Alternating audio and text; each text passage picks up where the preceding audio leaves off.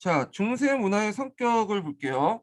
자, 유럽의 중세 문화는 고도의 지중해 세계의 문화를 종합해 노마제부터 물려받은 노마족 요소와 그다음에 새로 유럽 역사 무대에 등장한 게르만족 요소로 이게 구성이 됐고요.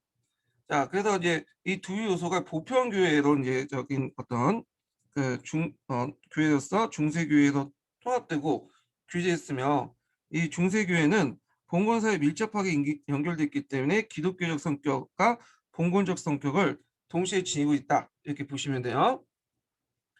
자, 이 봉건사에는 오늘날 생각하는 이제 국민국가가 존재하지 않았죠. 그러다 보니까 그 당시에 이제 그 중세교회가 그 틈을 틈타서 이 초국가적인 보편적 지배를 하게 돼요. 예, 영적 세계를 이제 간장한다는 명목으로. 그리고 이것이 또 중세 문화의 보편적 통일 문화가 가능하겠다. 예, 근대 국가에 들어가면 이제 예를 들어서 뭐 영국 문화, 뭐 프랑스 문화, 그다음 독일 문화 각각 이렇게 따로 놀잖아요.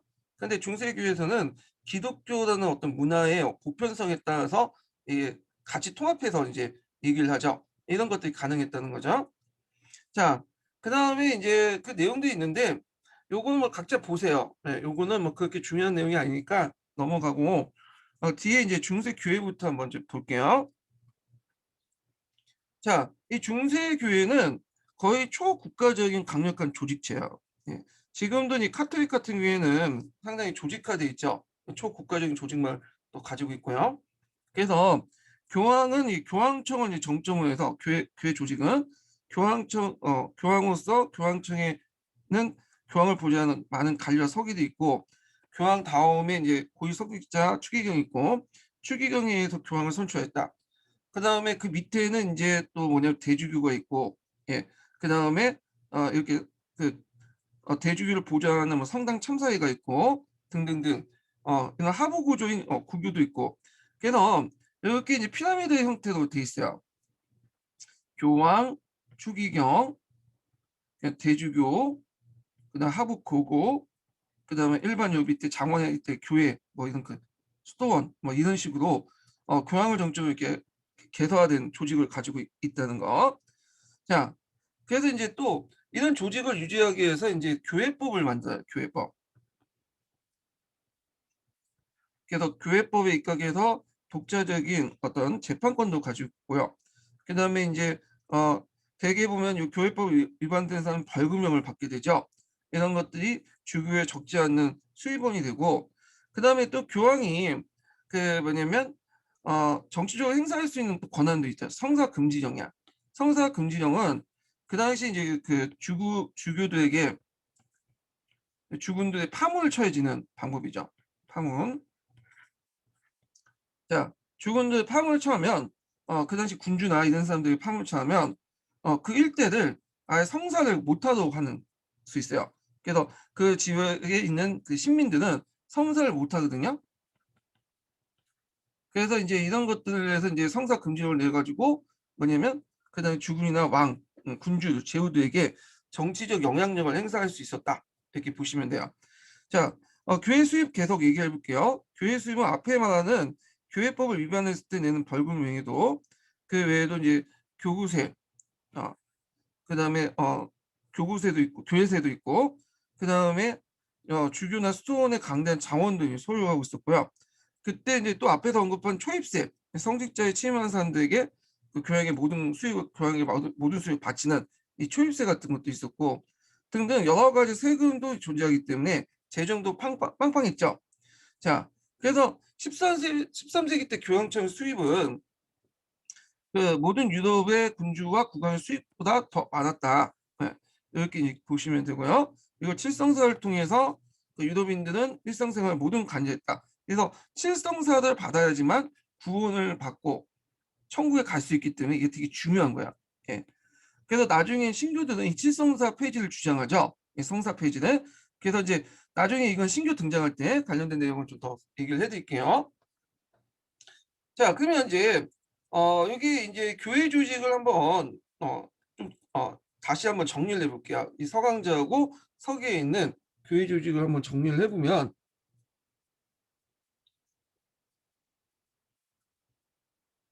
잠깐만요. 음. 표를 찾고 있어요. 정리한 표를. 예. 자, 제가 이렇게 보고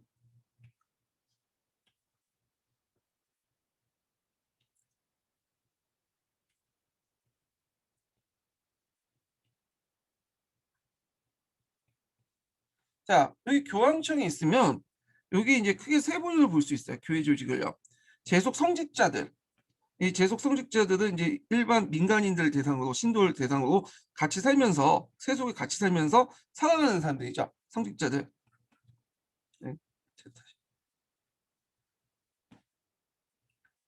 잠깐만요.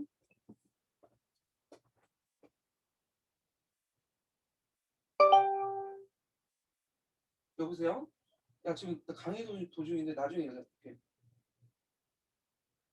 어,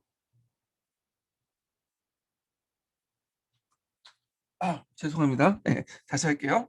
자, 여기 보면 재속 성직자들이라고 해서 일반 이제 그 신도들하고 같이 사는 사람도 있어요. 그래서 이제 재속 성직자가 있고 교구가 있고요. 교구. 자, 그래서 교구가 있고 이제 교구에서 이제 큰 성당을 교구의 큰 성을 주교자교회라고 하거든요. 주교가 이제 그 집전한 교회가 있어요. 예. 그리고 이 주교자 교회는 참사회라는 그 보좌 기구를 줬어요. 여기에서 이제 업무 같은 것들 다 보거든요. 그다음 교구 밑에는 이제 소교구 나눠졌어요. 소교구로. 예. 요쪽은 좀 약간 대교구고 그리고 소교구 밑에는 이제 또 농촌과 도시에 따라 이제 거기에 여러 이제 뭐냐면 성당들이 있죠. 예. 요런 이제 구조를 가지고 있다는 거. 그다음 또 하나의 교육청 밑에 있는 구조는 수도원이야, 수도원. 자, 스토어는 원래는 이제 예전에 말한 것처럼 이집트에서 먼저 만들어졌다고 했죠. 예. 그러다가 이제 서방에 영향을 줬는데 서방에서 최초로 이제 스톤을 만든 사람은 성 바실리우스라는 사람이 있어요. 그리고 성 바실리우스가 있고 요걸 이제 또 이어받아 갖고 성 베네디트라는 사람이 있었죠. 그래서 성 베네디투스가 이제 뭐냐면 스톤의 규율 같은 걸 만들었죠. 그래서 6세기에서 7세기 때이고 그다음에 이제 요 영향을 받아 갖고 이제 크로니스톤이나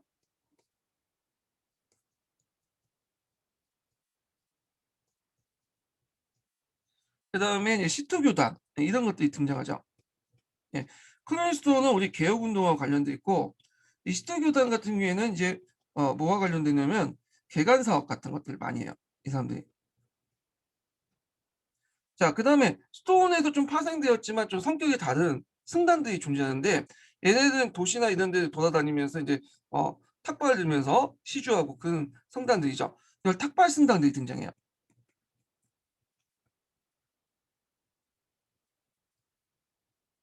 13세기 때 이제 도시 경제가 어느 정도 좀 발달되면서 등장했던 사람들인데 이 사람들은 이제 프란체스코 교단이라든지 그다음에 도미니쿠스 교단 이런 교단들 있죠. 그래서 이제 요런 것들인데 요런 애들은 약간 이제 뭐하고 비슷하냐면 스톤은 이제 외부에서 격리된 생활을 하잖아요. 근데 스톤 조직을 갖고 있기 때문에 스톤 조직도 있고 그다음에 또 이제 스톤과 달리 재속 성직자처럼 신도들과 같이 어울리면서 다니잖아. 그래서 재속 성직자들의 어떤 성격과 동시에 가지고 있다. 이렇게 보시면 돼요. 예. 그리고 요런 교단들은 이 알비파에 대응하고자 만들었던 그 교단들이죠. 탁발승단. 자, 그래서 요렇게 이제 세 개의 큰 조직으로 이 구성이 됐던 것이 이제 그날 중세 시대 때 교회 조직이었고 요 교회 조직은 국가를 넘어서 어떻게 초국가적인 어떤 성격을 가지고 있다. 이것은 중세의 특징이라고 했죠. 예, 이건 근대에 없어요. 근대는 국민국가 단위로 짜겨져 있기 때문에 이런 이제 교황청이 중세의 어떤 초국가적 조직을 유지할 수 없는 구조였죠. 자, 그래서 요걸 이제 한번 정리를 해봤고 다시 이제 넘어가세요. 자, 그러면 이제 그 시트 교단하고 이제 탁발 교단 관련된 내용을 좀 볼게요. 자, 10세기 때 크로니스톤을 중심으로 강력한 개혁 운동이 전개된 사실에 대해서 앞에서 서술했지만 12세기 때는 베네딕트 교회를 엄선하는 시큐 교단이 또 등장. 시토 교단이. 요것도 자주 언급된 교단이기 때문에 좀 알아두세요. 그래서 시토 교단은 크게 발전됐는데, 자 11세기 창세는 11세기 말이었고, 시토 교단의 발전에 초석을 놓은 사람이 크레노브 스톤의 베르나드였어요.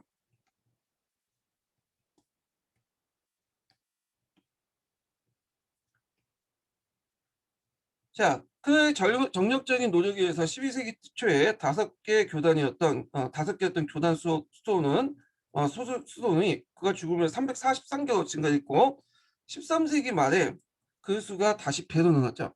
그래서 시트 교단은 앞에서 말한 것 같이 베네딕트 계율을 엄격히 준수한 걸 치유 삼아 단순하고 겸손한 수도 생활을 보냈고요. 근데 가장 특이한 것은 이 사람들은 개간 사업에 많이 참여했다는 거야. 학문지 개척 사업 같은 것들. 그래서 가장 특징적인 것은 장원을 비롯한 농경제 기증을 거부하고, 예, 이 사람들은 아예 거부를 하는 거야. 앞에 이제 크로니스톤 같은 경우에는 일단은 받죠. 얘네들은 토지를 이제 받아. 그렇지만 이거는 봉건의 대가로 받는 게 아니라 그냥 자발적으로 받는 거야. 근데 이거조차도 얘네들은 거부를 해요. 그럼 뭐 먹고 사냐? 얘는 대신에 항무지를 개척을 해요. 먹고 살기 위해서. 그래서 항무지를 개간해서 교단 수입으로 삼았다는 게 특징이죠.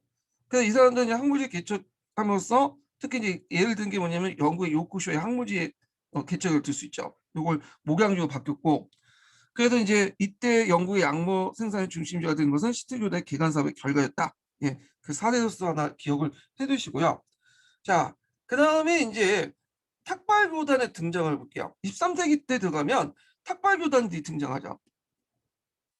탁발 승려들처럼 탁발을 들고 도시를 왔다 갔다 하면서 선교도 하고 그다음 시주도 받고 그런 사람들이 탁발 교단인데, 이 사람들의 특징은 아까쯤에 뭐냐면 수동적인 어떤 요소와 그다음에 재속성직자들 요소가 두 개 같이 있다고 했죠.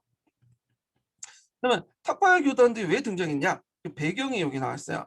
그래서 그 당시 도시의 발달, 이단의 발생. 이단은 알비파죠. 알비파 같은 사람들이 기존의 교회가 썩어 빠졌다 이렇게 비판을 했잖아요. 자, 그래서 이제 그거에 대한 어떤 자극, 그래서 우리도 좀 깨끗이 해보자. 그래서 이제 등장을 했던 거고, 그다음에 정화된 복음 지향의 생활에 대한 갈망 이런 등등을 해갖고 두 개의 탁발 교단이 이제 성립이 되는데, 그 앞에 여기한 이제 프란치스코파와 도미니쿠스파죠. 요 프란치스코파 도미니쿠스파는 이단이 막 이제 그 당시 알비파가 일어나니까 그 대응 차원에서 이제 그 뭐냐면 비노케트 3세가 승인을 해줬어. 이건 앞에 얘기를 해줬죠. 자, 그 한번 이제 두 개의 교단의 특징을 볼게요. 처음에 하나가 이제 프란치스코 교단이죠. 프란치스코 교단.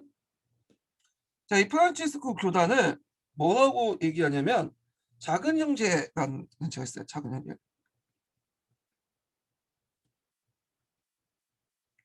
자, 그래서 이제 프란치스코 교단이 없고, 그리고 이제 성 프란치스코는 중세 성인 중에 가장 사랑스러운 인물로 보다 단순하고 자연스러운 생활을 공부했고, 그는 자연을 찬미하고 그 속에 신의 영광을 업적을 보았으며 세 가지도 설교했다. 그래서 근데 그의 선교 방식은 강제적인 게 아니에요. 자연스럽게 스며드는 방식이야. 그래서 그 도시민들에게 단순하고 자연 복음을 전파하는 데 있었다. 예. 자, 근데 이에 반해서 이제 성 도미니쿠스는 같은 탁발 승단에서도 조금 약간 성격이 달라. 얘네들은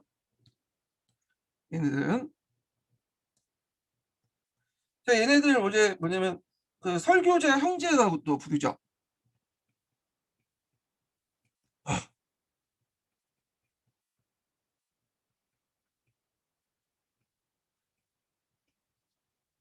자, 성 도미니쿠스는 성립된 도미니쿠스 교단이 있거든요. 자, 도미니쿠스는 에스파냐 출신이었으나 남부 프랑스에 여행 중 알비지파의 이단에 놀려 생명의 위험을 무릅쓰고 설교를 했고, 결국에는 그 이노케티브 3세에 의해서 교단이 성립됐죠. 그 주된 목적은 성 프란치스코와 달리 자연 성교가 아니라 이단을 개종시키는 거야. 좀 강제적인 성격이 있어. 말 안 들으면 두들겨 패더라도 어떻게 하려고 하는 애야. 네. 상당히 이제 강제적인 성격을 가지고 있다. 그리고 천빈을 강조했다는 거, 이거는 뭐 앞에 있는 그 프란체스코 교단과 비슷하죠. 자, 그래서 이제 그것은 교단에서의 위협을 증가시키는 방편으로 였으며 도미스크 교단은 주로 이제 이단 개종의 목적이기 때문에 종교 재판에 많이 참여해요. 자, 그래서 두 교단은 급속도로 교세가 발전했으며 13세기, 14세기는 대학의 발전에 중요한 역할을 담당했다는 거. 그래서 당대 제일가는 석각들을 배출했으며, 자, 근데 이제 나중에 얘네들도 교세가 확장을 되면서 천빈과 멀어지게 돼서 15세기 때 쇠퇴. 그래서 앞에 수도원이나 탁발스단도 처음에는 목적은 좋았어요. 예, 세속의 삶을 거부하고 깨끗하게 살겠다. 이상을 내세웠는데 막상 이제 현실 속에 이제 살다 보니까 그게 잘 안 되죠. 예. 그러다 보니까 이제 또 그런 이상을 버리고 원래 있었던 그때 비판했던 그 재속 성직자들과 같은 모습들을 보이게 돼요. 예. 자, 그다음에 이제 서강자 관련된 내용을 볼게요. 서강자 57페이지 관련된 내용이 있어요. 157페이지 펴보세요. 157페이지.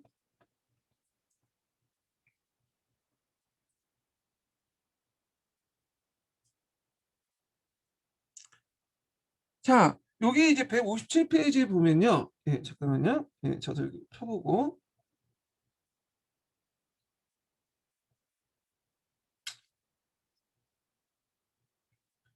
그 관련된 이제 뭐냐면 노마교의 조직도가 좀 노마교의 조직 같은 게 나오거든요. 예, 여기부터 읽어볼게요. 154페이지인가요? 예, 154페이지네요. 자, 최초의 성직자들은 사도의 후계자로 로마 제국의 주요 도시들에 교회를 세우고 주교들과 이대 동역자로 세워진 사제들이었다. 교회 사가였던 에우세비우스는 유명한 교황 코르네리우스의 한 서한에 따르면 252년경에 로마 교회 사제가 46명, 부제가 7명, 차부제 사제가 42명 등등을 이렇게 알려주고 있다. 그래서 로마 제국은 시대부터 기독교 신자 수를 늘어나면서 사제품 위에도 다양한 풍기의 성직자를 세워졌음을 알 수 있다. 하지만 엄밀한 의미의 성직자들은 사제와 부제처럼 축성이나 안수를 통해 특별한 은사와 권능을 받고 성사를 향하도록 부름을 받는 신의 사역자였다. 그래서 칠성사를 할 수 있는 사람들만 이제 성직자였다. 이렇게 볼 수가 있죠. 그래서 이제 기독교 초창기의 선교 과정에서 등장한 이 선교사된 복자들은 자신의 입으로 무지한 양떼들 누구예요? 신도들이죠. 신의 말씀을 전하고 자신의 손으로 신의 은총을 나눠주었다. 예. 그리고 이 신의 은총이라는 것이 이제 칠성사죠. 칠성사라는 것은 이제 이 은총을 받아야지만 그 하늘나라 갈 수가 있어. 그러니까 그 천주교는 믿음 외에도 이 은총을 받아야 되는데 이 은총을 받는 방법 중에 하나가 칠성사예요. 그 근거가 됐던 게 뭐냐면 일단은 예수님은 하나님이죠. 일단 기독교에서 예수님의 제자들이 있죠. 베드로. 저 베드로의 후계자가 누구예요? 교황이죠. 교황의 위임을 받은 사람이 성직자죠. 그러니까 이제 예수님의 은총이 이렇게 간 거야. 그러니까 성직자가 예수님을 대리해서 칠성사를 할 수 있는 거야. 칠성사를 해야지만 얘들이 이제 신자들이 그 천국에 갈 수 있는 구조예요. 예. 그래서 이제 이렇게 있고, 자, 그러면 노마교회 조직을 볼게요. 자, 노마 조직은 기본적으로 이제 노마교회는 주교가 가는 교교 단위로 있어요. 이때 노마교회는 것은 5개 총 대주교가 있었다 그랬죠. 예. 요게 이제 하나 중에 노마 총 숫자 대주교가 있죠. 요걸 얘기하는 거예요. 요 안에서 얘기하는 거예요. 자, 교구가 있고 대개 교구는 이제 로마 말기 때 주요 도시들을 세워줬고 그 중심지에 대성당했어요. 여기를 뭐라고 하냐면 앞에서 얘기한 것처럼 주교가 거주하는 곳에서 주교자 교회라고 해요. 여기는. 이 주교자 교회는 이제 주로 이제 초창기 때는 이 주교들 주로 이제 성직자 신도들이 선출했다가 나중에 이제 황제나 국왕들이 이제 선출하고 이렇게 이제 하게 되죠. 자, 그 서인권 이제 투쟁 이후에는 주교자 교회의 참사회가 선출권을 갖게 돼요. 여기에 참사회가 등장하는데 참사회는 실제로 이 주교자 교회를 운영하는 주체라고 보시면 돼요. 이걸 그래서 참사회에서 주로 이제 뭐냐면 그 주교를 선출하고 그리고 여기에서 여러 가지 일들을 이제 하게 되는데 요건 밑에 있으니까 각자 읽어보시고 자 그다음에 이제 그 주교자 교회에서는 또 평의회가 역할을 하는 참사가 있다는 거 여기 있죠. 예. 그 참사 역할이 여기 있어요. 예. 그래서 요거는 뭐 각자 읽어 보세요. 이런 게 있구나 하고 넘어가시면 돼요. 음. 자, 그리고 이제 쭉 넘어가서 그 밑에 이제 단락을 보면 그 요 기독교 공동체가 이제 커지면서 농촌이나 뭐 도시에도 이제 뭐냐면 이렇게 그 교회가 성립되죠. 그래서 이걸 소교구를 조직을 하죠. 그래서 처음에 농촌에 조직됐다가 도시로 이렇게 확대돼요. 이런 그 교구 밑에 있는 조그만 소교구들이. 자, 그래서 이들이 이제 일종의 노마교의 세포 조직 역할을 했다. 말단 조직 역할을 했죠. 그래서 모든 신도들은 거기 밑에서 신앙생활이 터전이 되었다는 거.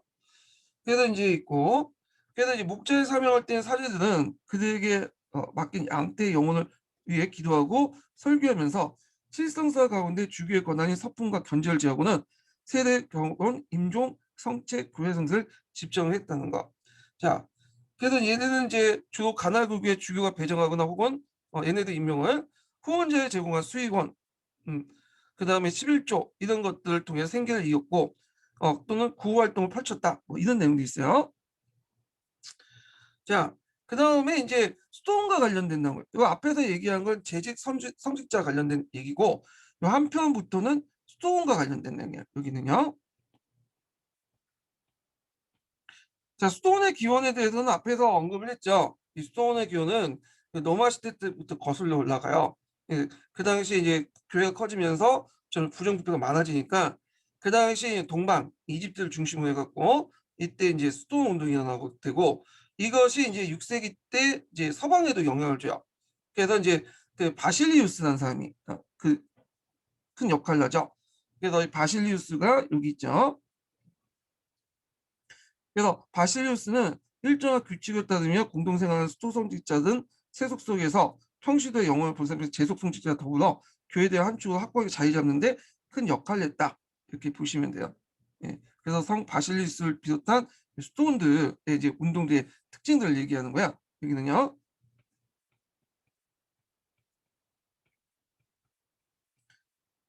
자, 그다음에 이제 서방 수도원 제도가 확산하고 확립하는 데 크게 기여했던 사람은 베네딕투스야. 6 세기 초에. 음. 요 사람 이름은 꼭 기억을 해 두셔야죠. 대개 그 뒤에 수도원들은 베네티스 베네디투스의 어떤 강령 규칙들을 따르고 있죠.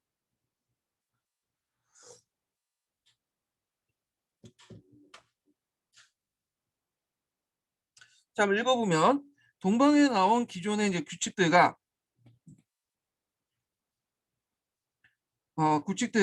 교부의 저술 등을 균형과 중형의 중심으로 종합한 이 규칙은 서방 수도원의 정통의 호시가 되었으며 세상으로부터 분리, 정주 및 공동생활, 가난, 정결, 숙명의 서원 그리고 하루 7번의 얘기는 공동예배와 기도, 육체노동과 정신노동의 짧긴 일상생활이 바로 그 정통을 이룬 것이다. 그래서 노마식 그 전례가 카톨릭 교회 포준이 확립된 카롤린고 제국 안에서 제국 전역의 수도원은 베네디스 계율을 따르도록 법제화시켰다는 거. 그래서 후에 이제 이 베네디스 계율이 상당히 중요한 역할을 했다. 그래서 있고 이 베네디스 계율을 잘 따르도록 한 그 수도원이 두 개가 있죠. 크로니 수도원하고 시트 수도원이야. 그 뒤에 이제 수도원들은 이제 좀 약간 이제 뭐냐면 타락을 많이 했죠. 따른다고 해도. 근데 이걸 그대로 이 계승한 또 포방한 수도원이 두 개가 나왔죠. 그래서 인제 그 910 년경에 인제 그 스톤 크로니 스톤 관련된 내용인데 크로니 스톤 관련된 내용은 어 예전에 한번 읽어 봤기 때문에 여기에서는 쭉 그냥 중요한 부분만 보고 넘어갈게요. 크로니 스톤은 그 당시 사회물 자신들의 사회물을 취급했던 경향에 맞서 세속 권력으로부터 독립을 추구했고요. 자, 이를 위해서 이제 주교를 포함한 모든 외부 권력들의 간섭을 벗어나 오직 공황에 직속하고 개혁에 따라 자율적으로 수도원장을 선출했으며 이 개혁에 취지하는 동참하는 수많은 수도원과 연대가 크로니 스톤장에 수정하는 새로운 교단 소회를 조직했다. 그래서 하나의 스톤 제국을 이뤘다는 거. 자, 크로니 스톤의 부와 권력에 대한 회의는 11세기 후반에 더욱 첩자한 세상과 단절, 금융과 은둔을 추구하는 새로운 형태의 스톤 운동을 나왔다. 그래서 이제 이런 것들이 시트 스톤을 이죠. 시트소도는 클로니스톤조차도 비판하는 거야. 왜냐 이 클로니스톤도 너무 화려하다. 왜? 그리고 토지를 받고 무려 봉건 대가도 받는 건 아니지만 왜 토지를 받냐? 우리는 이제 토지를 아예 안 받고 어떤 형식이든 자기가 이제 노동을 통해서 자급자족을 한다. 그럼 땅이 있어야 될 거 아니야, 땅이. 그러니까 이제 어떻게 해요? 간척 사업을 하는 거죠. 이렇게 좀 기억을 해주시고. 자, 근데 이제 앞에서 언급했지만 이렇게 시트스톤 내지는 클로니스톤은 처음에는 이렇게 이제 좋은 취지로 나갔어요. 근데 세상에 이제 막 물들다 보니까 나중에 이제 이는 개혁 정신이 없어져. 그래서 안 되겠다. 다시 뭐냐면 새로운 것들 이제 청빈을 강조하는 그런 수도사들이 등장하죠. 그게 이제 아파에 말하는 도미니크 스톤과 그 다음에 프란치스코 스토어해죠. 예, 프란치스코 스토어하고 그 도미니크 스토어가 등장하는데 이를 탁발승단이라고 하죠. 자, 볼게요. 자, 이렇게 이제 정통적인 스토어 정신이 퇴장하는 가운데 도시의 사회 발달과 도시 대중의 성숙한 영적 요구에 부응하는 새로운 유형의 수도사들이 13세기 등장의 선풍적인 인기를 잃었다. 자, 요거 하기 전에 제가 첫 번째 인증본을 알려드릴게요. 제가 앞에 첫째 시간 때 인증본을 얘기를 못했어. 예. 그래서 첫 번째 인증번호는 60번이에요. 예, 첫 번째 인증번호 60번입니다.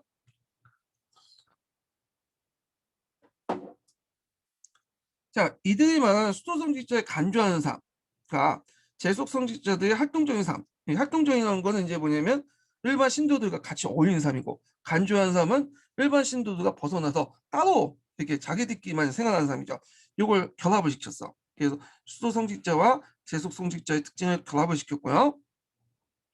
그래서 수도사이대 이들은 기본적으로 그런 수도사예요. 예, 수도원 조직이 있는 사람들이죠. 그렇지만 안에만 있지 않고 밖에 나와가지고 세상을 떠들면서 설교를 하고 탁발도 하고 시주를 받으면서 했어. 그러니까 우리 시골딸이 원효와 비슷한 삶을 살았다 이렇게 보시면 돼요. 수도사이대의 청정한 수도원 경례에 친구하는 게 아니라 예수와 그 제자들처럼 대중들에 설교하고 탁발하며 세상을 떠돌아다녔다.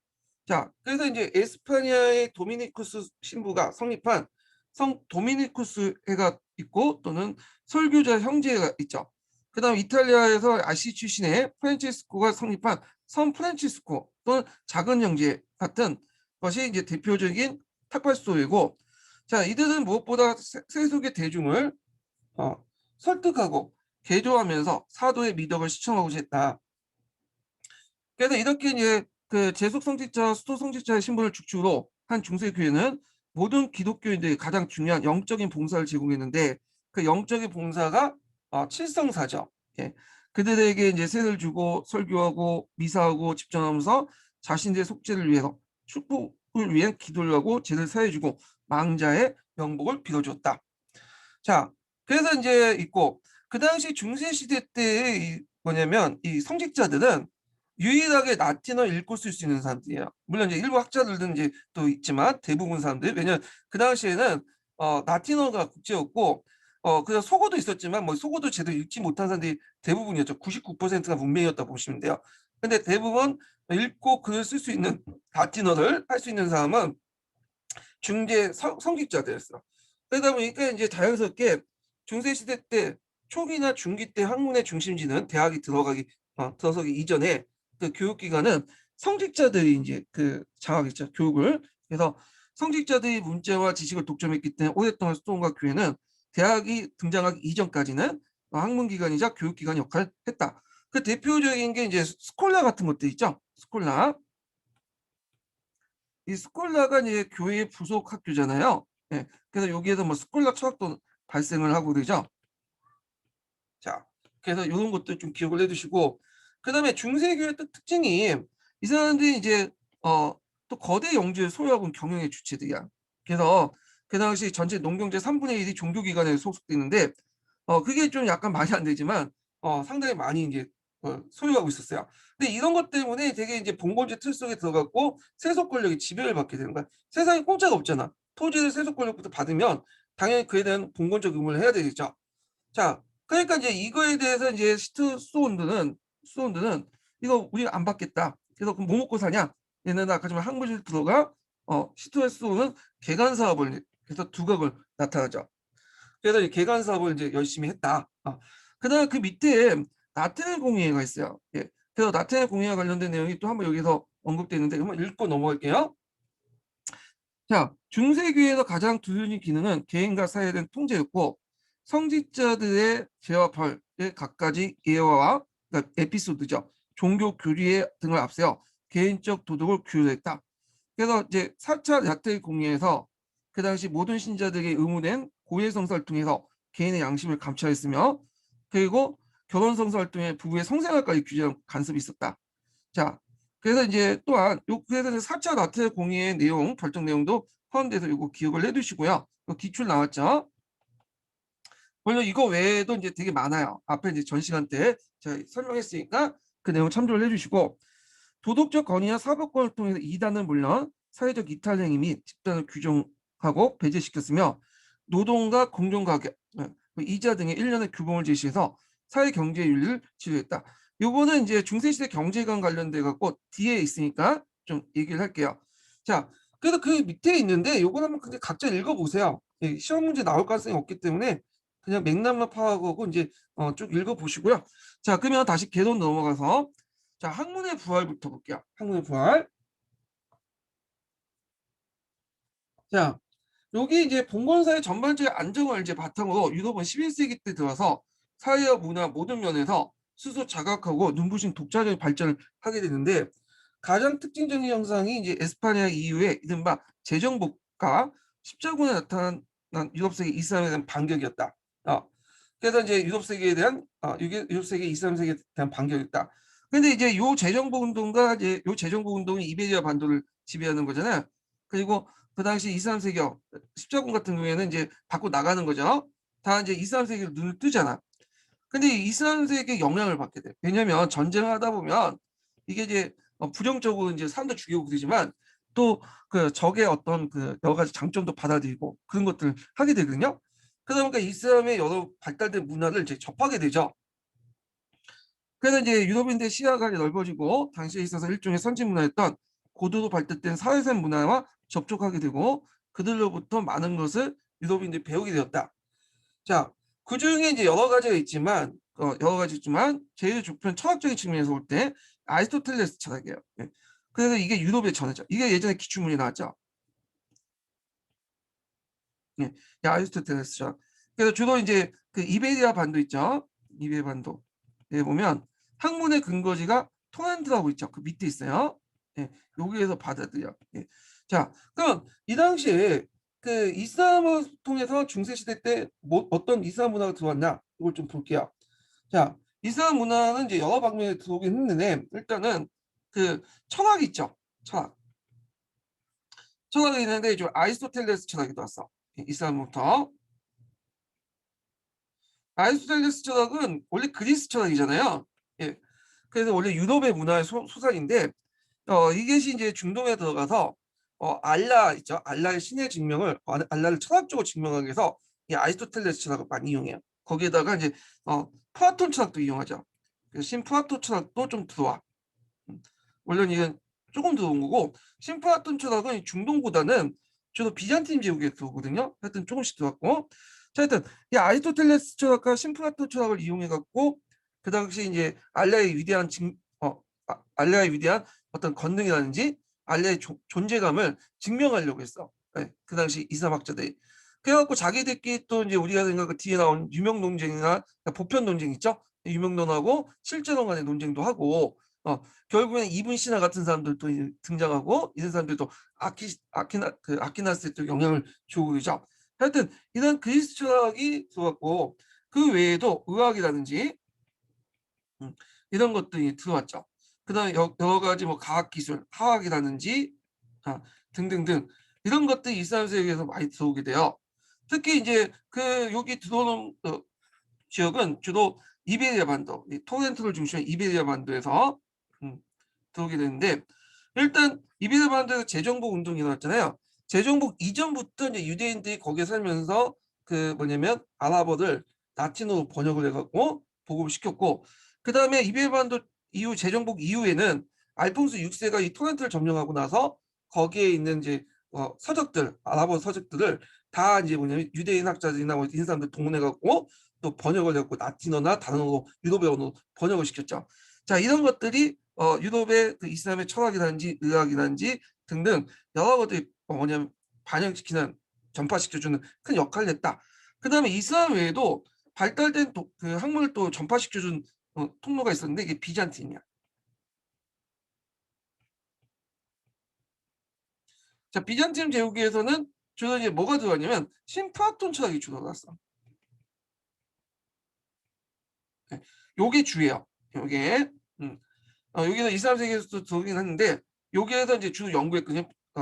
그래서 이제 중세 시대 때 들어오기도 했고 그 다음에 나중에 이제 비잔틴 제국이 멸망한 후에 그 학자들이 그 당시 이제 이탈리아 많이 건너왔죠. 그래서 그 당시 신프라톤을 또 전파시켜주는 그 역할을 했어요.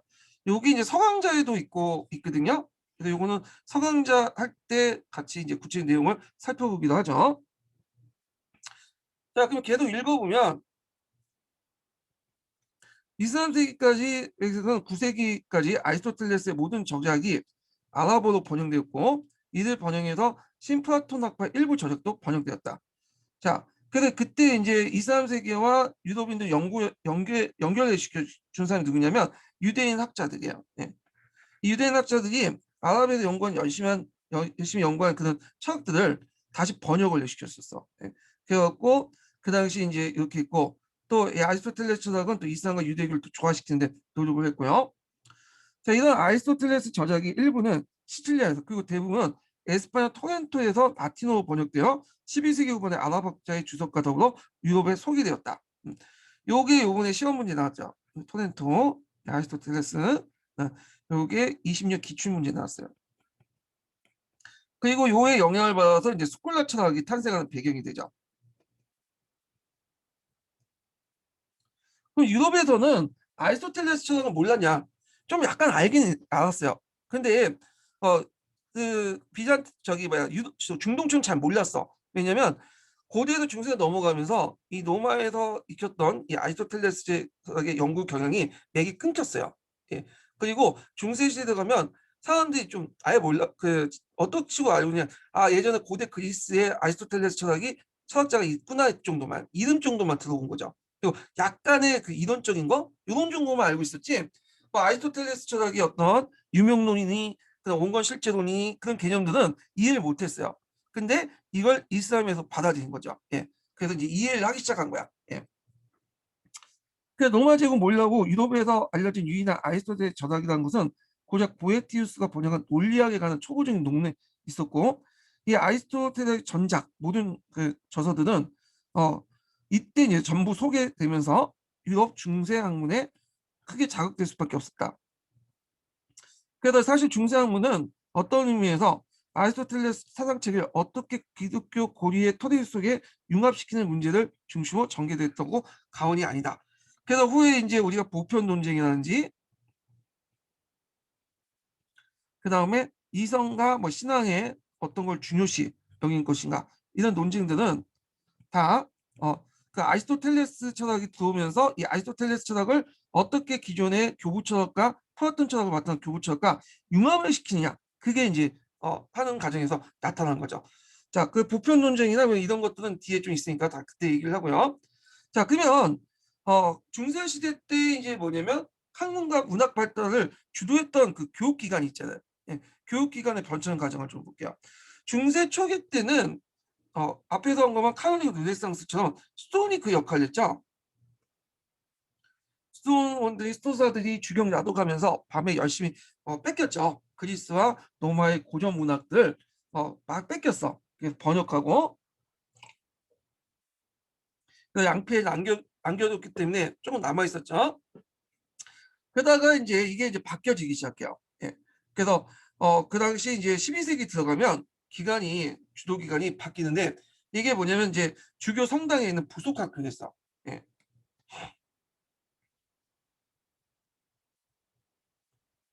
이걸 이제 뭐라고 하냐면 스콜라라고 하죠. 스콜라. 예. 그래서 이 스콜라에서 학문이 번성하고 나중에 스콜라 철학이라는 말도 요 스콜라에서 나온 거예요. 스콜라에서. 그리고 나서 이제 좀 있다가 대학이 등장하죠. 우니베르시타스. 그래서 우리가 아는 대학 기관들이 등장하면서 주도권이 이제 교육기관이 이렇게 바뀌어요. 이렇게. 그 다음에 이제 서강자 같은 경우에는 이런 말이 있더라고요. 그 당시 이제 대학도 나중에 쇠퇴해서 군주의 궁중학교에서 이제 뭐냐 주로 했다 이런 말이 있는데 요거는 이제 그냥 참고 삼아 보시면 될 것 같아요. 서강제에 있는 내용인데 요런 케이스로 이제 바뀌었다 이렇게 보시면 되고 대학도 초창기 때는 우니베르시타스라고 하죠. 우니베르시타스는 길드 조직에서 이제 주도를 했다가 그 다음에 나중에 건물이 생기면서 컬리지로 바뀌죠. 컬리지. 예, 요것도 뒤에 좀 얘기할게요. 이렇게 주도권이 바뀐다는 거. 자, 그러면 한번 읽어볼게요. 자, 11세기 이후에 상공업과 도시의 발달은 중세학문과 문화 발달에 또 다른 강력한 자극제가 되었고 새로운 환경에 조성하게 됐다. 중세 전반기 때 학문과 교육의 중심지는 수도원이었고 로마 제국의 몰락 후 심리하고 가나프게나 학문의 등불을 유지한 것은 수도사였다. 그러나 11세기에서 이제 12세기 거치해서 이제 상황이 달라졌는데 이때 이제 수도원 개혁 운동이 일어났죠. 수도원 개혁 운동이 일어나면 당연히 수도원이 계속 지적인 어떤 중심지 역할을 해야 되는데 좀 약간 다르게 그럼에도 불구하고 실제로는 뭐냐면 수도원이 아니라 주교 성당 부속 학교 바뀌어요. 그래서 이제 주도권도 교육의 주도권도 수도사가 아니라 수도사부터 일반 성직자로 바뀌게 되죠. 그러면서 이제 수도원에서 그 당시 주교 성당 부속학교 스콜라로 이동하게 되었다. 이렇게 보면 돼요. 자, 그래서 이제 이렇게 해서 이제 그 주교 도시들이 학문의 이제 교육의 중심지가 되었다는 거 12세기 때. 근데 이제 13세기 때 들어가면 또 대학이 등장하죠. 그래서 주도권이 대학으로 넘어가게 되죠. 그래서 이제 이런 내용도 있으니까 보시고요. 자, 그 다음에 서강자 내용을 좀 볼게요. 서강자 177페이지 펴보세요.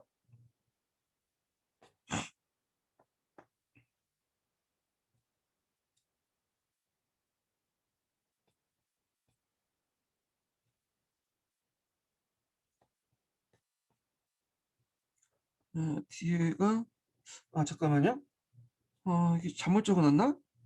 여기 있네. 자, 지식과 기술의 전파. 요 부분이 되게 중요하니까 좀 기억을 해두시고요. 자, 지식과 기술의 전파는 이제 크게 어떻게 이제 이루어졌냐 하면 중세 시대 때 내용을 살펴보면 크게 이제 두 가지 방면에서 이뤘죠. 하나는 이베리아 반도, 토렌토를 중심으로 해서 뭐 아리스토텔레스의 철학이나 그 다음에 의학, 이분 신화의 의학 같은 거 있죠. 그 다음에 뭐 재지술, 나치판, 일부 이제 심플라토 철학 저자도 있고 그 다음에 비잔틴 제국에서 건너온 게 심플라톤 철학이 있어요. 그래서 이 두 개 방향에서 이루어졌다는 거 기억을 해주시고 그 다음에 이런 저작들을 이제 아랍어에서 라틴어로 번역하는 애들 문화의 중개자 역할을 했던 것이 유대인들이었어요. 유대인들. 왜냐 이베리아 반도에서 유대인들이 많이 살고 있었거든요. 왜냐면 이슬람 같은 경우에는 일종의 세금만 내면 인도세만 내면 그 종교 자유 인정해 줬잖아요. 예. 자, 하여튼 그래서 이제 내용을 읽어볼게요. 자, 지주의 교육이 활성화되면서 지식과 기술의 교류도 증대되었다. 여기에 특히 주목할 점은 지식과 기술의 전파는 일방적인 성격을 띠고 있다는 거야. 자, 여기서 쌍방향이 아니라 일방적이야. 왜? 원래 물이라는 것은 아래로부터 위로 오르잖아요. 마찬가지로 선진 문화를 가지고 있는 사람들이 후진 문화를 가지고 있는 사람에 영향을 주는 거죠. 물처럼. 후진 문화 사람들이 선진 문화에 영향을 주는 건 별로 없어요. 일방적인 거야. 그러니까 요게 선진 문화는 이슬람이죠. 이슬람이나 비잔팀이었고 요게 이제는 유럽의 문화죠. 예, 유럽에 영향을 주는 거야. 일방적. 왜냐면 유럽이 너무 후진적인 문화를 가지고 있기 때문에 그렇다는 건데. 자, 그러면 내용을 볼게요. 그래서 선진 기술은 거의 항상 동에서 서로 흘렸다. 그래서 사실 천년경에 다시 지중해 세계로 진출한 무렵 서유럽은 비잔틴 제국과 이슬람 세계에 비교해 볼 때 영국 남부 아니 잠깐만요. 제가 잘못 눌렀네. 얘가 어디 갔나? 여기 있네요. 여러 면에서 후진적이었다. 자, 그래서 중세 초 서유럽에서는 그 성공 연구가 지적 활동이 지배하면서 그리스와 로마의 고전 문화와 관한 연구와 지식은 세약했고, 자, 이에 반해서 이제 이슬람의 지배를 받던 오리엔트, 북아프리카, 이베리아 반도는 고전기 그리스 문화의 많은 요소들을 상속받았다 그런 거죠. 그래서 고전기 문학 작품들은 아랍어로 번역됐고 주석서가 쏟아져 나왔다 이렇게 보시면 돼요. 자, 그래서 고전 문화에 대한 지식과 정보가 유도에 흘러가는 창고 역할을 했던 것은 비잔틴 제국수였던 콘스탄티노폴리스나 오리엔트가 세워진 라틴 왕국들, 이슬람의 지배를 받았던 이베리아 반도다 이렇게 보시면 되고요. 자, 오리엔트에 세워진 라틴 왕국들이라는 것은 이제 여기죠. 이슬람 왕국을 비롯한 어디요? 그 세계의 공국이 있죠. 십자군 전쟁 때 결과를 세워진 거죠. 그래서 이런 세 가지 경로를 통해서 뭐냐면 받았다 이렇게 보시면 돼요. 특히 이제 큰 영향을 줬던 이슬람의 이슬람의 문화의 어떤 그 연결 통로였던 것은 이베리아 반도였어요. 특히 이베리아 반도는 이슬람의 선진 문화를 받아들이는데 그 제1의 통로 역할을 했다. 그 이베리아 반도 북쪽에 기독교 왕국들이 남하하죠. 재정복 운동을 거친 동안 이슬람 지배 영토를 점령하게 되면서 이슬람문이 기독교 세계로 빠르게 발전해 나갔고요. 특히 이제 1085년 알폰스 6세가 이스라엘에서 빼앗은 토렌토를 중심으로 해서 그리스어나 아랍어로 낸 텍스트를 라틴어로 번역했고 제1의 수장이 되었고요. 주로 이제 여기에서 이제 많이 번역 작업을 했던 사람들이 유대인들. 그 유대인들은 나중에 이제 뭐냐면 재정복 운동 때 큰 역할을 했는데 이 사람들은 지식도 가지고 있고 그다음 지식인도 많았고 특히 금융을 장악했어요. 뒤에 얘기했지만 유대인들이 돈놀이를 그 대부업자를 많이 했죠. 유대인들이 대부업자들 많이 했는데 이 사람들이 이제 뭐냐면 재정복 운동할 때 많은 이제 뭐냐면 도움을 줬어. 그 당시. 그래서 초창기 때 그 뭐냐면 그 기독교 왕국들 그러니까 그 이베리아의 기독교 왕국들은 유대인들에게 상당히 호의적이었어요. 호의적인데 문제는 통일되고 나서야 재정복 운동이 끝나고 나서 스페인에서 이제 재정복이 끝나고 나니까 유대인들이 필요 없거든. 그러니까 이제 뭐냐면 카톨릭 개종을 강요하죠. 그러니까 이제 유대인들이 어떻게 됐어요? 아 이거 못 살겠다 하면서 도망쳐 나오잖아요. 그러면서 어디로 도망가냐면 그래도 상대적으로 좀 종교의 자유가 있는 암스테르담이나 그런 데 도망가. 그래서 금융의 중심지가 이쪽 네덜란드 쪽으로 바뀌게 돼요. 예. 그리고 스페인은 재정 쪽 큰 타격을 받게 되죠. 예. 하여튼 이렇게 있는데 이건 뒤에 있으니까 그때 한번 더 살펴보기도 하고요. 그래서 이 카스티아 왕 알폰소 10세의 후원을 받은 학자들은 그 후손이겠죠. 천문학에서 첼스까지 다양한 주제를 거쳐서 아랍어 저작들 번역을 했죠. 자, 이런 덕분에 이제 그 뭐냐면 그 아리스토텔레스의 모든 저작들이 서방 기독교 세계에 소개시킬 수 있었고 그래서 이것이 나중에 13세기 스콜라 철학을 대표하는 아퀴나스 때 신학대전에 이게 들어가게 되죠. 영향을 주죠. 요게 예전에 기출문이 나왔죠. 예. 아퀴나스에 영향을 준 철학 아리스토텔레스 요 말을 꼭 써야 됐다고 하더라고요. 예. 이게 20년 기출문에 나왔던 거고요. 자, 그 다음에 철학뿐만 아니라 의학도 들었어. 의학도. 이 사람은 또 들어왔는데 그래서 이제 예전에 뭐 고대 뭐 히포크라테스 그리스 철학이나 그리스 의학책이나 뭐 이런 것들도 한번 이제 중동을 거쳐서 재해석돼서 발전시켜서 들어오게 된 거예요. 그래서 그때 이제 그 들어왔던 그 의학 중에 어떤 사람이 유명하냐면 그 아랍인 의학자 중에 유명한 사람이 이븐 시나예요. 이 사람은 좀 기억을 해두세요. 이 사람은 그 의학의 왕이라고 보시면 돼요. 거의 중세 시대 때. 예. 그래서 중동 지역에서 여러 의학들 이제 서적들을 보고 정리를 했고 그다음에 암의 전이 영상 있죠. 이런 것도 파악했던 사람이야. 혁민경이 없었던 시대에 암의 전이도 파악을 했고요. 그다음에 이 사람은 또 유명한 게 뭐냐면 그 의학자면서도 또 과학에도 관심이 있었어. 학문분야도 되게 넓어요. 그다음에 이 사람은 또 철학에도 관심이 있어. 그래서 앞에서 언급한 것처럼 이제 아랍에서도 그 플라톤 철학하고 아리스토텔레스 철학 간의 논쟁이 있었어요. 보편 논쟁 비슷한 그런 논쟁이 있었는데 그래서 이 플라톤 철학의 이제 개념 그 실제론과 아리스토텔레스 철학의 유명론 이런 논쟁이 있었거든요. 요 논쟁을 정리한 사람이 누구냐? 이분 신하야. 그래서 실제론과 유명론을 정리해서 종합화시킨 사람도 이분 신하고요. 이 이분 신하에 있던 그 철학들이 나중에 누구한테도 영향을 주냐면 아퀴나스 같은 사람들 영향을 줘요. 네, 이런 것들. 자, 하여튼 대단한 사람이야, 이 사람이. 자, 하여튼 이분 신하에 의해서 더욱 정교해졌고 이후 유독 기독교 세계에 수용됐다. 자, 이 과정에서 이베르 반대 유대인들이 큰 역할을 했죠.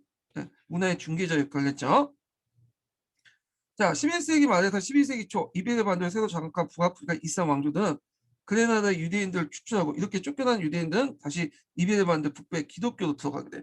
그래서 앞에 있었던 이제 전에 왔었던 이슬람 왕조와 달리 얘네들은 좀 약간 골수분자들에서 자기 종교 외엔 이슬람 외에는 다 배척하는 그런 사람들이었나 봐요. 그러니까 다른 그 이슬람 왕조가 좀 특이한 점이죠, 이게. 자, 하여튼 얘네들이 이제 북부 기독교 왕국에 들어오거나 남부 프랑스, 이탈리아 등이 있는데, 자, 이렇게 이주한 유대인 이사들을 통해서 기독교 세계는 이슬람의 선진 뉴스를 전달할 수 있었다. 기독교 세계에. 그다음에 중국에서 발명되어 이슬람 세계로 통해 11세기에 유럽된 것은 제지수이죠. 그래서 제지수의 이동 경로가 보면 이런 거야. 예전에 탈레스 전투에서 패했다고 했죠. 그래서 탈레스 전투에서 패해서 제지술이 이제 이렇게 들어가는데 바그다드를 거쳐서 카이로를 가서 카이로에서 북아프리카를 건너가지고 이베리아 반도를 이렇게 넘어가. 이베리아 반도를 거쳐서 유도부 건너간 거예요. 그래서 비잔티움 쪽은 넘어가는 게 아니라 이렇게 이베리아 반도를 통해서 제주수에 도입이 된 거죠. 그 역사과 부도 찾아보시면 제주수의 이동 그 도입 경로가 있어요. 참조하시면 돼요. 자, 중세 말에 종교가 대량세할 수 없었다면 르네상스와 종교개혁은 늦어지거나 일어나지 않을 수 없었다. 자, 마찬가지로 중국에서 발명된 이슬람 세계에 걸쳐서 지중해에 도입된 것이 나침판이었죠. 나침판이 없었다면 서유럽의 어떤 대항해 시대도 열지 못했죠. 요 나침판의 역할 관련된 데서 예전에 공사 문제에서 나왔어. 뭐 쉬운 문제지만 이게 나침판이 중국에 서양에 어떤 영향을 줬는가 이 문제 나왔고요. 그 외에 서유럽은 비잔티움과 이슬람에서 천문학, 지리학, 수학, 건축 분야의 선진 지식들을 흡수하고 모방을 하고 때로는 이를 뛰어넘는 성과를 거두게 했고요. 그다음에 여기에서 이제 마지막 단락은 이제 뭐냐면 요거는 비잔틴 제국의 영향이야. 이 비잔틴 제국에서 주로 받은 것이 신플라톤 철학이야. 그래서 아리스토텔레스 철학은 주로 이슬람에서 받은 방면에 신플라톤 철학은 비잔티움에서 받았죠. 신플라톤 철학은 플라톤 철학을 예전에도 얘기했지만 형이사학하고 추상화시켰다고 보시면 돼요.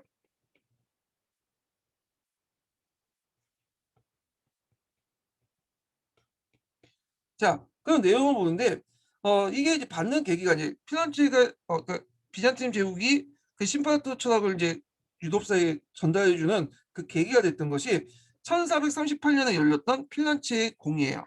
네, 여기서 그때 이 공예에서 원래 목적은 이제 그 뭐 신플라톤처럼 받기 위해서 하는 건 아니고 그 당시 이제 오스만 위협을 공동 대처하기 위해서 했거든요. 그래서 교황 에우게니우스 4세가 비잔틴 제국을 비잔틴 제국으로 팽창 오스만 위협에 공동 대처하고자 동서교회 통합을 목적으로 이걸 이제 했는데 이때 이제 비잔틴 황제가 그 사절단을 이탈리아에 초청을 했던 것이에요.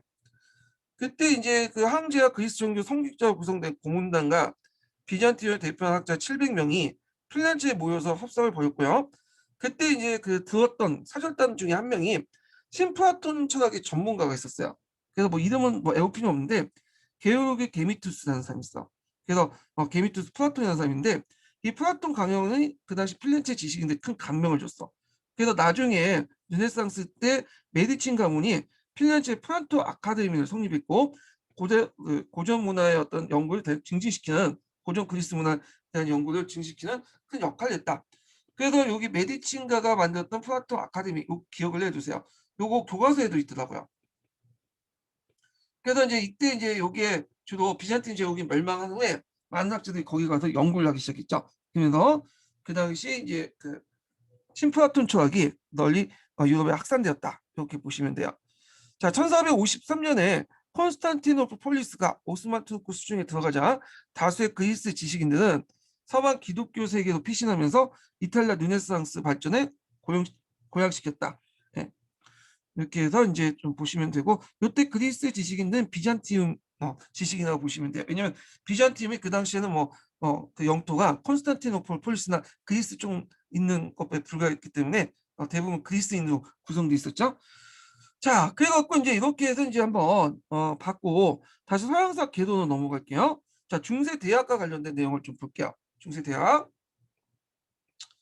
자, 중세 대학은 예전에 기출문제 한두 문제 나왔어요. 예, 관련돼서. 예, 그래서 나올 가능성이 좀 있죠. 예, 그래서 뭐 자세히 잘 볼 필요가 있는데, 자, 그러면 이제 중세 대학을 이제 보기 전에 중세 대학의 위치를 좀 볼게요. 예, 요거는 제가 이제 서양사 심화 규제에서 좀 보는데요. 잠깐만요. 자, 이 중세 대학을 이제 보면 유명한 이제 중세 대학들이 쭉 위치가 나와 있죠. 여기에서 이제 좀 보면 볼리오노 대학이 있어요. 볼리오노 대학. 이 볼리오노는 이탈리아 북부 도시에 이제 있는 피렌체에 있는 건데 그 법학을 중심으로 했고 형성된 대학이야. 여기야. 예. 볼리오노는 도시에 있어. 피렌체가 아니라 그 피렌체 북쪽에. 그래서 여기는 법학이 중심이었다. 기억을 해두시고 그 다음에 여기는 이제 학생들이 중심으로 이제 해서 만들었던 거예요. 여기 잘 안 보이지만 학생 중심이었다. 그 다음에 이제 여기 나왔던 유명한 사람이 단테라고 있죠. 단테 신곡을 썼던. 그 다음에 이제 시험 문제 한번 나왔던 게 파리 대학이죠. 파리. 파리 대학은 신학을 중심으로 이제 했던 거 유명하죠. 그러니까 교수 중심이야. 여기는요. 그래서 파리 대학 출신 중에 유명했던 사람이 토마스 아퀴나스가 있죠. 신학대전을 썼던. 그 다음에 저쪽 이제 북쪽에는 캠브리지 대학이 있고요.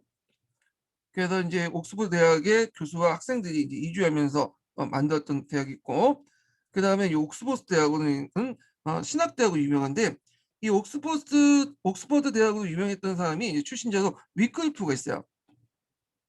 자, 그 다음에 이제 여기 좀 남쪽에 보면 살레르노 대학이 있어요. 남이탈리아에 위학으로 이제 의학 중심으로 유명했고, 그 다음에 이제 뭐 프라하 대학 같은 것들은 이제 뭐냐면 그 독일 황제가 만들었다고 하는데 요때 이제 후스 아시죠? 종교 개혁을 할 때 나타난 후스가 이 대학 출신이에요.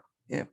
자, 그래서 이제 유명한 대학들의 위치인데 요 정도만 기억을 해두시면 될 것 같아요. 캠브리지 대학, 옥스퍼드, 파리 대학, 볼리누, 살라누노 뭐 이렇게 있는데 파리 대학하고 특히 이제 볼리누 대학은 서계나 서강자에 많이 소개를 했더라고요. 요 대학은. 이거 좀 대비되는 학교죠. 볼륨은 법학, 교수, 학생 중심이고 파리는 신학, 교수 중심의 대학이죠. 자, 그러면 이제 관련된 서계 내용을 한번 읽어볼게요. 자, 중세 대학인데 앞에서 이제 교육기관이 이제 뭐냐 변천이 있었잖아요. 그래서 수도원에서 그 다음에 부속학교에서 13세기 들어가면 이제 중세 대학이 이제 주도권을 장악해요. 교육을. 근데 중세 대학도 크게 두 개가 있어요. 두 개가 뭐냐? 처음에 길드 중심 운영해요. 이게 우니베르시타스라고 하죠. 여기 있네요. 그러니까 이것도 이제 지식인 길드라고 보시면 돼요. 길드 조직과 거의 비슷해. 이 우니베르시타스는. 네. 그래서 이 길드 조직을 운영하는데 이때는 특별한 건물도 없었어요. 우리가 대학 가면 대학 건물 같은 것도 있잖아요. 이런 것도 없고 되게 이제 어떤 특정한 시에 자리 잡으면 길드가 거기에서 이제 어느 날 이제 그 길드 구성원들 학생들에게 어디 모여가지고 이제 강의를 하겠다 이렇게 공지를 하면 그 장소에 모여서 그냥 공부를 하고 흩어지는 거야. 예. 그래서 이런 식이었거든요. 되게 시청 건물이나 뭐 교회 건물 이렇게 이제 갖고 했고 조직만 남아있지 어떤 건물이라든지 뭐 이렇게 그런 것들이 전혀 없었던 거예요. 길드식으로 운영했던 곳이고요. 근데 나중에 독재가들이 거기에 보면 이제 가난한 학생들 많으니까 불쌍하다고 건물을 이제 기숙사 같은 것들 이제 뭐냐면 만들어줬어. 그래서 거기에 이제 가난한 학생들이 이제 뭐냐 먹고 자고 했는데 그러다 보니까 이제 이거 여기에서 또 강의하면 좋지 않겠냐. 그래가지고 여기에서 이제 기숙사 학교에서 이제 강의를 하게 돼. 그래서 이때부터는 길드 조직에서 벗어나갖고 이때 컬리지라는 이런 이제 조직이 만들어지죠. 이 컬리지는 일정한 대학 건물이 있어요. 예, 건물이 있고 지정된 장소가 있죠. 예, 그래서 이제 이렇게 발전됐다. 그래서 우니베르시타스에서 컬리지를 이제 바뀌었다 이렇게 보시면 돼요. 근데 서계에서는 우니베르시타스를 유니버시티라고 이제 해석을 했는 것 같아. 이게 이제 영어로 유니버시티라니까 원래 유니버시티는 종합대학이잖아요. 근데 컬리지는 단과대학이거든요. 원래 영어로 해석하면. 예.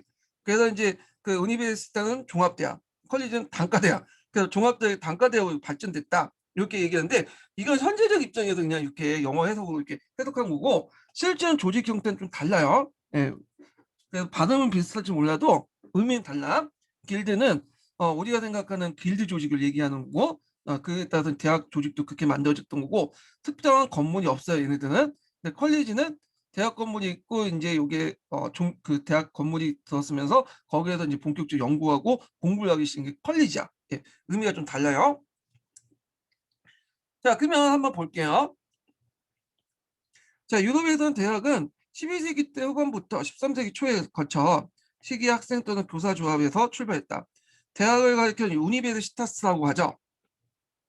이것은 집단적 의미의 전체를 뜻하며 어떤 공동 목적을 추구하는 집단을 적용하고 실제로 수공업자들 회원들에게 적용했다. 근데 오늘의 유니베르시타스 라틴어가 유니버시티가 영어로 번역이 되는 건데 이때는 좀 의미가 달라. 이거는 종합대학이라는 오늘날 이런 의미죠.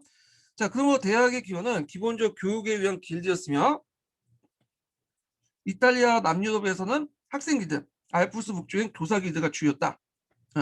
그래서 앞에서 학생 길드가 이제 대표적인 것은 그 당시 볼리오노 대학이고 교사가 중심으로 했던 것은 파리 대학이죠.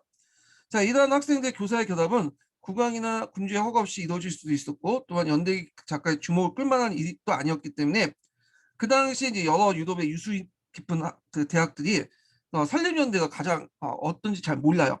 네, 기록이 남아 있잖아. 왜냐 이게 그 당시 대학 설립이 지금이야 중요하지만 그때 당시에는 그렇게 중요한 내용이 아니었거든요. 기록하지 않았겠죠. 그 부분에 대해서. 기록이 안 나오니까 어떤 대학이 어떻게 시작했고 몇 년도에 만들어졌고 그런 것들이 자세히 남아있잖아. 대략적으로 12세기 후반에 13세기 초에 만들어지지 않았을까 이렇게 추정만 하고 있는 거야. 자, 그 이탈리아의 볼리오노 대학 요거는 앞에서 이제 지도에 살펴본 것처럼 뭘로 유명하죠? 법학으로 유명해. 그래서 이때 법은 게노마법이 아니라 대부분 이제 일레니우스의 노마법이야. 예. 요게 이제 일레니우스가 이제 뭐냐 유명한 노마법 학자인데 이 사람이 여기에 정착하면서 노마법 강의를 하게 돼요. 그러면서 여기가 이제 법학으로 이제 유명해지기 시작해. 그리고 이제 12세기 중에는 그라티우누스의 교회법 강의로 그 기반이 마련했고요. 그래서 이제 학생들은 수습 보존체고 이탈리아 학생과 이탈리아 외 학생들이 조직된 두 개의 학생 길도 조직되어 대학 운영과 학생 생활을 관리했다. 자, 이에 반해서 이제 파리 대학은 좀 상충된 측면이 있죠. 파리 대학은 그 당시 그 노트르담 성당학교의 명성을 끌려 모인 교사들이 12세기 길드 형태로 이제 조직한 거고요. 그렇기 때문에 성립 자체가 교사들 중심으로 운영해. 자, 그래서 1200년엔 필립 2세부터 교사와 학생들의 특권을 부여한 특권책인데 대개보면 대학에서는 여러 가지 특권을 그러니까 뭐냐면 여러 가지 특권을 받게 돼요. 대학의 특권, 뭐 자치권 같은 거 있죠? 이거 뒤에 있으니까 좀 얘기를 하고요. 자, 볼리오 대학이 법학으로 유명한데 반해서 파리 대학은 신학 연구의 총본산이었다. 그래서 이제 요때 이 파리 대학의 대표적인 사람이 성 아퀴나스. 요거 예전에 시험 문제 나왔으니까 기억을 해두시고요. 자, 옥스퍼드 대학은 12세기 전반기에 파리와 볼리오노부터 펄력고사는 한 곳에 정착되지 않고 시간 강사처럼 왔다 갔다 하면서 강의를 하는 사람들이에요. 강의를 싹 듣고 그 다음에 이제 1167년 헨리 2세가 대불관계의 악화로 파리에 있던 영국 학자들 귀국 명령을 내림으로써 그 기틀을 잡았다. 자, 그 다음에 이제 옥스퍼드에 모인 학자 교사들은 북유럽과 남유럽 두 개의 길드를 조직했는데 그래서 이제 학생 조직과 교사 조직 같이 이제 조직을 했다고 보면 될 거야. 그리고 이에 반해서 캠브리지 대학은 그 교사들 중심으로 이제 했어요. 옥스퍼드와 파리 이전 교사들 위해서 성립됐고 이것도 마찬가지 성립 연대가 정확하게 확실치 않고요. 이외에도 13세기에서 15세기 경에 여러 나라에서 대학이 성립이 됐어요. 자, 그 다음에 이제 여기에 보면 두 번째 단락은 이제 뭐냐면 그 당시 대학의 어떤 여러 가지 권한들을 이제 얘기를 하고 있죠. 예, 대학의 권한들을. 자, 그 내용들 보면 자, 모든 대학이 세속군주나 도시당국은 물론이요, 교회 지배자나 통제부터 독립하기 위해 장기간 걸친 투쟁을 계속했고, 그 투쟁의 결과 얻어진 대학 자치권이 옥스퍼드 대학 경우 예를 든 거예요. 교사, 학생 그리고 그들이 시중에 드는 사람들에 대한 사법권을 대학 총장이 갖고 있는 재판권을, 특권 내용이죠. 파리 대학 경우에 이에 보태어 대학에 필요한 물품들을 제공하는 길드, 예를 들어 서적상, 잉크 제조업자, 종이 장사 등의 감독권과 오랫동안 성당이 장학형 교사 자격 수료권까지 대학이 획득했어요. 예. 자, 이런 것들이 어디에 명시돼 있냐? 여기 특허장에 명시돼 있다는 거예요. 이 특허장에. 중세시대 때는 모든 행위를 할 때 다 특허장에 명시해 놓고 서로 계약을 맺고 해요. 예. 이게 중세적인 어떤 유풍인데, 자, 하여튼 대학도 그 틀에서 이제 특허를 받았던 거죠. 자, 그러면 여기에서 보면 이제 대학의 이제 교육 과정이나 오늘 커리큘럼이 나타나죠. 커리큘럼, 컬리가 나오는데, 자, 커리큘럼을 보면 거기 이제 이 커리큘럼을 보면 길드하고 비슷해요. 길드 조직하고. 길드는 장인, 직인, 도제 이런 식으로 이제 3단계로 구성되어 있잖아요. 야, 이것저것 마찬가지로 3단계로 구성됐어. 첫 번째 교과가 이제 뭐냐면 문학사야. 이 문학사는 상교과를 수료한 사람들에게 줘요. 이 사람이 그래갖고 이제 상교과라는 거는 기본적으로 문법, 수사, 논리거든요. 기본 과목인데 요걸 이제 수료한 사람들에게 주는 게 문학사야. 예. 이 문학사고, 그래서 이제 이렇게 문학사를 받은데 이는 뭐리와 비슷하냐면 수공업자 직인들과 비슷해요. 음. 자, 그 다음에 이제 요걸 받으면 초보적인 교과를 이제 가르칠 수 있어. 뭐 초등학생이나 이렇게 어린 애들 있죠? 이런 애들을 이제 같이 자격이 주어지고요. 자, 두 번째 단계는 이제 문학 석사를 받아요. 그래서 5, 6년 동안 이제 열심히 또 공부하면 완전히 독립된 교사적인 문학 석사를 가르쳐. 요걸 뭐 연령에 상관없이 가르칠 수 있고. 그래서 앞에서 이제 7자율교과라는 게 있어요. 예. 1자율교과를 이제 뭐냐면 가르칠 수 있는 교사가 될 수 있고, 그리고 이제 여기에서 이제 뭐냐면 또 전문학부에 들어가서 법률, 의학, 신학 중에 한 가지를 선택을 하면 요걸 따면 박사가 돼요. 박사. 박사학위를 받게 되죠. 그 박사학위는 노고 비슷하면 장인하고 비슷해.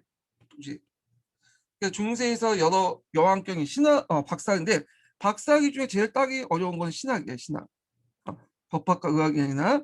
그래서 이제 여기에 이제 신학 이수가 제일 어려운데, 근데 사람들은 신학 이수를 잘 안 했어요. 왜냐면 돈이 안 되니까. 주로 법학이나 의학이 됐어요. 의학을 공부했죠. 왜냐면 돈 되는 거잖아.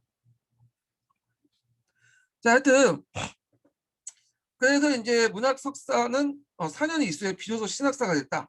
다시 6년이 수학대학 문학 박사가 됐다. 그래서 신학은 오늘날 의과대학처럼 약간 이제 더 뭐냐면 배워야지만 석사나 박사를 줬다고 볼 수 있죠. 그렇지만 이제 중세 신학자들이 항상 이제 탄탄한 의들 뭐라고 하냐면 그 법학과 의학이 많이 했다고 불편이 많았다. 왜냐면 이게 돈 되는, 지금도 돈 되는 학문이잖아요. 예. 자, 그러면 대학 구조론에서 중세 이제 중요한 발전이 또 하나 있었는데 칼리지의 출현이죠. 여기 뭐 단과대학, 뭐 종합대학 이렇게 하는데 칼리지는 일정한 건물을 가지고 이제 한 곳에 정착하면서 그 운영된 대학을 컬리지라고 해요. 컬리지. 그래서 종종의 길드 중심의 어떤 대학에서 좀 벗어나는 대학이에요. 자, 요거는 왜 출발했냐? 출현 배경을 보면 그 당시에 이제 그 인사들, 대학 밖의 인사들은 빈곤한 학생들을 위해서 독지가들이 기숙사 설립을 했어요. 그게 이제 기본이 되는데, 이런 기숙사에서 빈곤한 학생들이 무료로 또 아주 싸게 숙식을 이제 제공을 받았으며 교사가 상주하면서 학생들 수학도 지도했다. 그래서 최초의 칼리지 하나가 1258년에 파리 부유한 상인이었던 로베르트 솔로몬이 설립한 솔로몬 대학이었고, 그다음 옥스퍼드 교육 논체스트 주교 먼트의 월트가 설립한 먼트 컬리지. 자, 그다음에 존 베리온이 설립한 밸류 컬리지.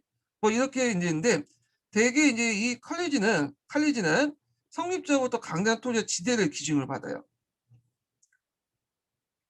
중세말 종합대학 강의는 점점 중요성이 상실되고, 그러니까 여기 종합대학이라지만 이건 우니베르시타스라고 해야 돼요. 예.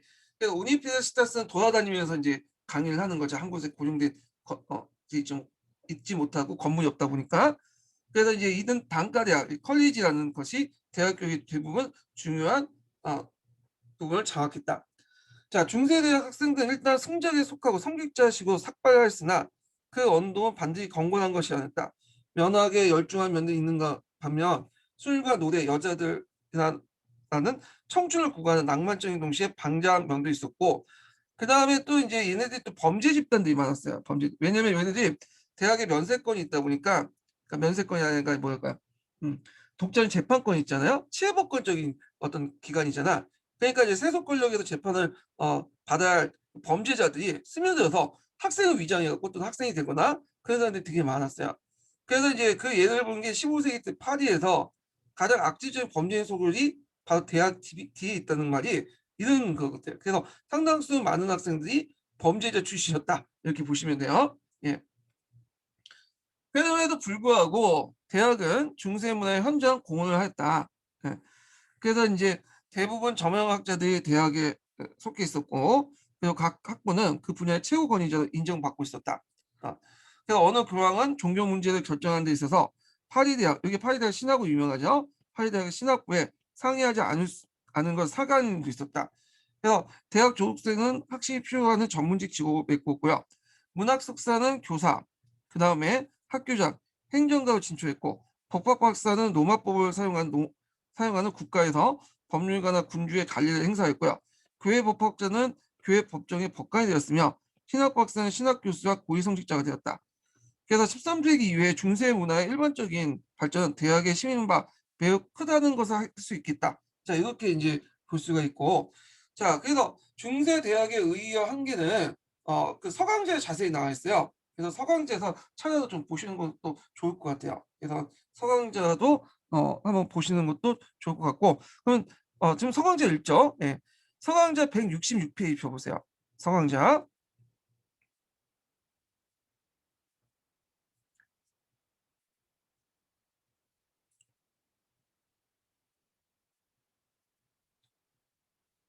예. 서강제 166페이지. 저도 이제 필게요. 잠깐만요.